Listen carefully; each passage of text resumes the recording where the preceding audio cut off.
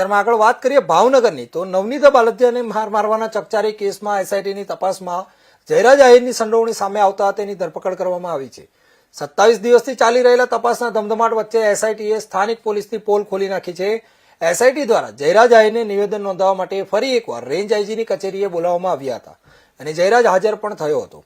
SIT દ્વારા સતત 2 કલાક પૂછપરછ કરવામાં આવી હતી. જયરાજ આહિરની ધરપકડ બાદ મેડિકલ ચેકઅપ માટે ભાવનગરની સલ્ટી હોસ્પિટલ ખાતે લઈ જવામાં આવ્યા હતા. તો બીજી તરફ કોળી સમાજના લોકો દ્વારા પણ ફટાકડા ફોડીને ઉજવણી કરાઈ હતી અને સત્યના વિજયના નારા લગાવ્યા હતા. પરસોત્તમભાઈ સોલંકીનું પણ નિવેદન સામે આવ્યું છે, જેમાં તેમણે જણાવ્યું હતું કે નવનીતને બચાવવા માટે આપણા સરકારના મુખ્યમંત્રી અને તમામ આગેવાનોએ અને સમાજના તમામ આગેવાનોએ આની અંદર જે મહેનત કરી છે અને નવનીતને આમાં જે સફળતા મળી છે તે બદલ હું તમામનો ખૂબ ખૂબ આભાર માનું છું. ભગવાન ના કરે કે આવા દિવસો કોઈના પણ આવે.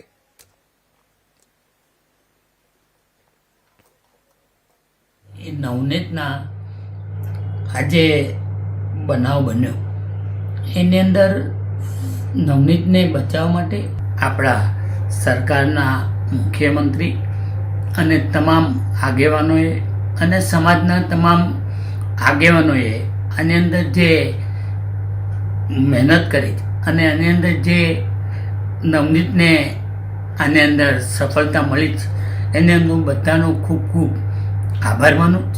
અને ભગવાન ન કરે પણ આવા દિવસો કોઈના બી આવે તો હમણાં જે નવનીત માટે જે તમામ બધાએ મહેનત કરી એવી રીતે બધા મહેનત કરી અને આવો કોઈ દિવસ આવો પ્રસંગ ન બને એની માટે તમે બધા ધ્યાન રાખજો એવી એક પરસોત્તમ સોલંકી તરફથી અને સમાજ તરફથી બધાને મારી નમ્ર અપીલ.